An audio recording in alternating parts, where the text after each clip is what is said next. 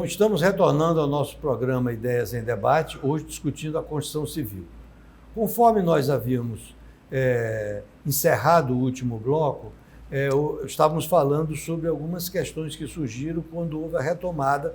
Inicialmente, na pandemia, a construção civil, durante cerca de 3 meses, ficou parada, totalmente paralisada. Depois houve algumas negociações com a prefeitura, eu participei do início dessas negociações, e foi liberada a construção civil. E aí, do Brasil inteiro, houve um excesso de demanda e, ao mesmo tempo, a falta de alguns produtos.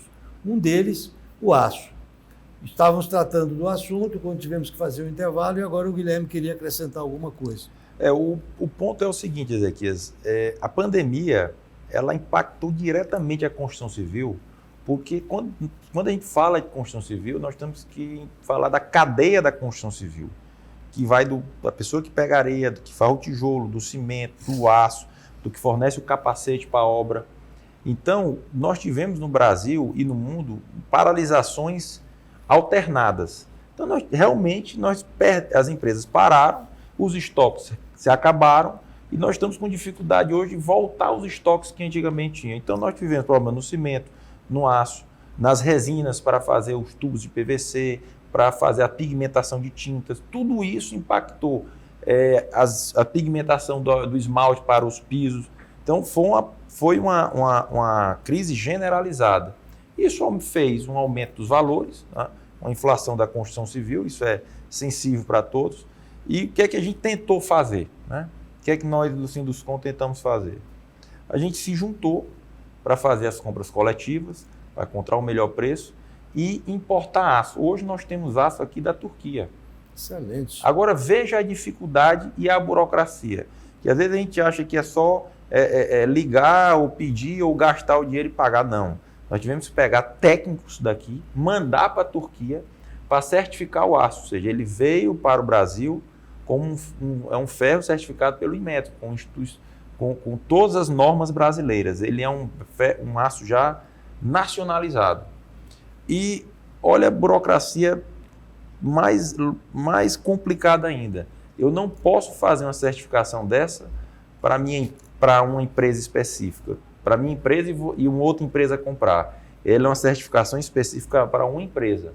Então, dessa dificuldade, nós fizemos essa cooperativa de compras. Essa cooperativa certificou o aço e esse aço está sendo trazido da Turquia, né, para poder combater preço. Isso mostra a criatividade de vocês, não é? Assim, Sérgio, no contexto geral, a gente sabe que a construção civil não se restringe apenas à área de edificação. Nós estamos falando muito porque é o que está mais presente na vida das pessoas. Mas tem também estradas e engenharia de solos, não é? Tudo isso também é representado pelo Sinduscon, não é? Isso, perfeito. Toda a cadeia produtiva da construção civil tem representatividade pelo Sinduscon. Hoje, como é que você situaria a construção civil do Piauí, vamos dizer, em referência ao Nordeste como um todo? Bom, a construção civil do Piauí está numa crescente, mas ainda estamos um pouco distante dos números do restante do Nordeste. A gente teve essa modificação da legislação de Fortaleza deu uma alavancada muito grande no estado do Ceará, né? Junto com Fortaleza, teve uma modernização e desburocratização também muito grande em Recife e em Salvador, o que também deu uma alavancada no setor. E João Pessoa também já está modernizando essa questão do licenciamento, né? Aqui nós estamos trabalhando fortemente junto com a Prefeitura, que tem recepcionado bem a tentativa de desburocratizar esse processo, né? Tem, como o Guilherme falou anteriormente, a questão do licenciamento rápido de empreendimentos de obras abaixo de 500 metros, que realmente está funcionando, né? Mas ainda está muito lento você conseguir regularizar, legalizar uma obra, tirar um alvará de construção aqui em Teresina. Dá uma média, se você ficar muito presente, em média 9, 10 meses para conseguir um alvará. Isso entrava todo o processo, né? Porque o processo do licenciamento não começa a partir do momento que você dá entrada na prefeitura, começa antes, com a aprovação do projeto arquitetônico, a concepção do projeto arquitetônico, os estudos de drenagem. Consulta prévia, né? Tem muita coisa que precede essa questão do ingresso no pedido de licenciamento. E a partir do momento que a gente dá entrada nesse pedido de licenciamento, demora muito, está ainda muito burocrático o processo. Isso prejudica muito essa cadeia produtiva na construção civil e entrava os empreendimentos. Tem muitos empreendimentos ainda a serem aprovados. Olha, esse aqui é um programa de debate. Nem sempre nós precisamos concordar, mas o ideal que a gente está tratando com o público é que a gente seja o mais verdadeiro possível. Eu sempre procuro pedir às pessoas que vêm e estou muito satisfeito com esse posicionamento que vocês estão tendo aqui.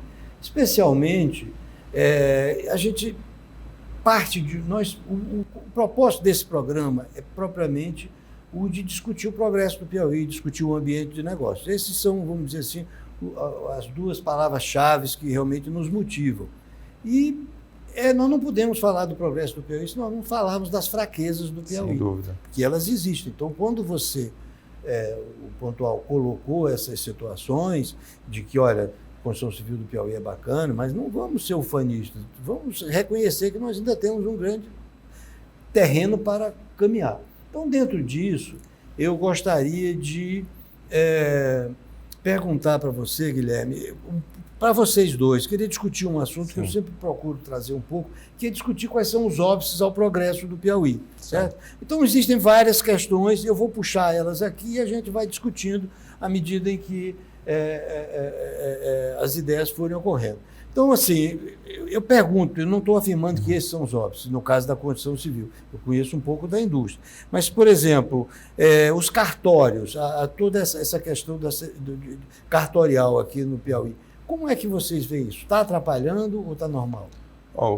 Só completando a sua fala, Ezequias, que é muito importante, a gente sempre deixou claro que dentro do Sinduscom ele é totalmente apartidário e que se qualquer diretor se filiar a um partido político, ele está fora da base do Sinduscom, certo? Ele pode ser associado, mas não diretor do Sinduscom, para nos dar liberdade para fazer a crítica construtiva e participar de qualquer gestão na parte de construção de ideias.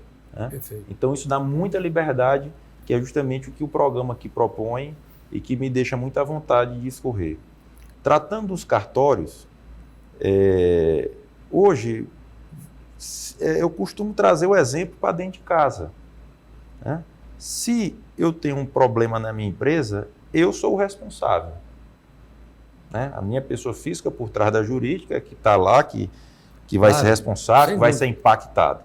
O cartório pertence ao Tribunal de Justiça, então ele tem que ou dar condição para o interino trabalhar melhor, porque quando a gente frequenta o cartório, a gente percebe sempre está faltando isso, faltando aquilo, precisa de mais gente trabalhando, mais assistência, e o interino não tem, ou a definição do concurso.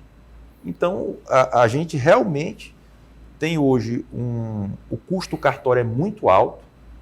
Se você imaginar que uma casa de 120 mil reais, ele paga 5 mil para registrar, como é que pode uma casa de 120 mil reais, 4% desse valor, ser um pedaço de papel com selo? Qual é o trabalho que tem envolvido nisso? Com todo respeito a toda a cadeia notorial, toda a equipe, mas não me custa entender por que custa isso tudo. Guilherme, e por que essa via crucis? Por que demora tanto essa passagem do cartório, que hoje está, vamos dizer assim, sob o julgo do Tribunal de Justiça, de ser transferido para os concursados? Olha, especialmente no caso do segundo ofício. Olha, essa pergunta eu vou ser bastante sincero, eu não sei lhe responder. Porque... Mas tem curiosidade, não tem? Porque o que eu percebo é uma briga de duas linhas dos concursados. Né? O que eu sei é que eles estão discutindo uma linha temporal com relação a títulos das pessoas que fizeram o concurso para o cartório.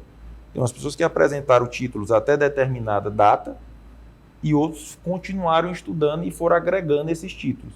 Então a discussão hoje é isso. Quem vai estar em primeiro lugar frente aos títulos ou especialização ou estudo contínuo que foi apresentado. Então há uma demanda judicial, Tem uma demanda judicial. Não, aí também agora, cabe ao Tribunal de Justiça decidir. Perfeito. Então, volta a autoridade para eles. Perfeito. E agora, continuando ainda nessa linha que nós estamos falando de óbices, a gente tem ouvido constantes reclamações, principalmente referentes à questão de licenciamento em geral, né? Sérgio, como é que está? E você já citou um pouco isso, já falou que houve, vocês já citaram algumas melhorias e tal, mas eu ainda sinto que foi criada uma comissão de desburocratização, essa comissão está atuando realmente, a gente já percebe, mas a gente ainda nota algumas instabilidades, parece que o sistema Construa Fácil de vez em quando é ausente. Como é que você vê essa questão de licenciamento? Está atrapalhando a construção civil? Está atrapalhando muito. O que tem de positivo é que está tendo uma receptividade muito boa do pessoal da prefeitura, né? Realmente há uma vontade de se cooperar, de se ajudar e de melhorar. Mas ainda tem muito problema a ser resolvido, né? E, infelizmente, o tempo urge, né? Como se diz, tempo é dinheiro, e realmente, no setor da construção civil, isso é fundamental, né?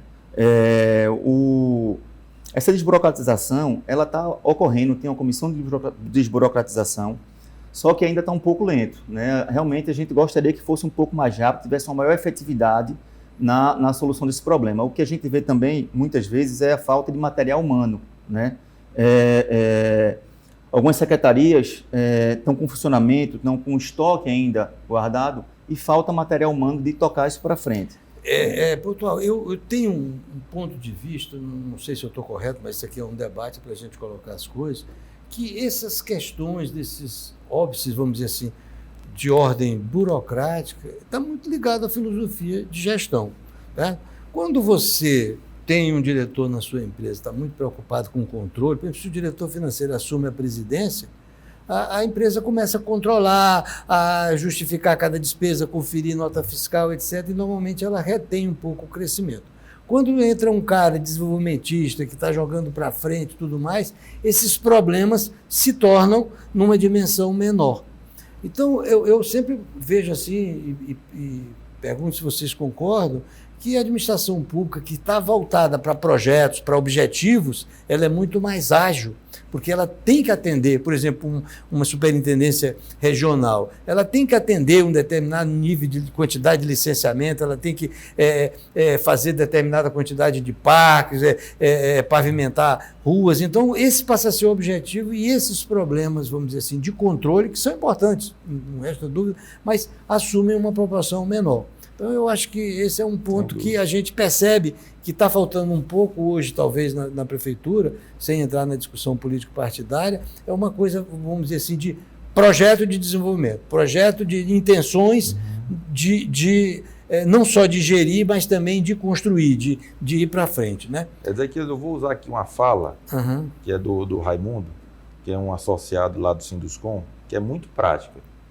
Ele diz o seguinte: o projeto de cálculo estrutural, que é o mais importante, que se um empreendimento ruir, ele, além de tirar muitas vidas, ele acaba aquele bairro, acaba aquele quarteirão todo, gera instabilidade para tudo, ninguém confere. Ninguém confere o cálculo estrutural. Acredita-se no profissional por trás daquela RT, na capacidade técnica, na proficiência dele, do que ele estudou, do que ele está reproduzindo. Acredita-se na RT dele. Por que para todos os outros estudos eu não posso acreditar? E muitas vezes a prefeitura te pede para você apresentar um documento dela própria. Então, esse é o ponto. Então, a nossa teoria do Sinduscom, nessa contratação técnica para a prefeitura, nessa parceria essa cooperação técnica que nós estamos fazendo, é que a gente crie esse conceito da autodeclaração, que é um profissional, ele está formado, ele tem capacidade, então o atestado dele é válido. Imagine se toda cirurgia que o médico fosse fazer, ele tivesse que ir no CRM pedir autorização. Provocando um pouco, Guilherme, eu anotei várias outras questões que são apresentadas como óbvias de desenvolvimento do Piauí, em especial da construção civil. Eu vou citar aqui, en passant, a questão ambiental, não que se queira desrespeitar o meio ambiente, mas assim, a falta de celeridade nas decisões, nos licenciamentos ambientais. Há muita queixa nesse sentido. Há muita queixa com relação ao Ministério do Trabalho, uma atitude arrogante, prepotente. Não sei se vocês fazem coro ou não com esse tipo de coisa. A Justiça do Trabalho talvez já tenha sido mais, mas ainda se queixa muito de uma atitude dela não neutra. Não se deseja descumprir lei, mas que haja uma isonomia de tratamento. a carga tributária, acesso ao crédito, que aqui no Piauí não podemos nos comparar com São Paulo, não é? A questão de transportes eu não sei. Então, assim, o tamanho do nosso mercado, que é menor, né? Então, desse conjunto todo, o que vocês destacam? Sérgio, como principais óbices? Bom, o principal realmente é a questão da burocracia, que a gente já falou muito aqui, já bateu muito nisso, né? E só completando, Guilherme, o que a gente queria, que é o que aconteceu em Fortaleza, é menos Estado, mais privado. A partir do momento que você assina a responsabilidade de que está cumprindo aquela legislação, você certamente vai ter que cumprir aquilo ali, porque você está assinando aquela responsabilidade. Não precisa de alguém estar verificando se o seu projeto vai estar de acordo ou não. Você tem que apresentar o projeto de acordo com a legislação. Acho que isso aí seria o maior entrave. Eu vou tratar de alguns pontos aí que você falou, depois eu passo para a Guilherme aqui. Vamos tocar no próximo bloco, porque estão me perfeito. sinalizando que já estamos fechando esse bloco, e na sequência, se você concordar, a gente... Perfeito, continua. sem dúvida. Pois então, vamos fazer um novo break e retornamos em seguida com esse nosso debate, que está bastante rico sobre o mercado de construção civil no estado do Piauí.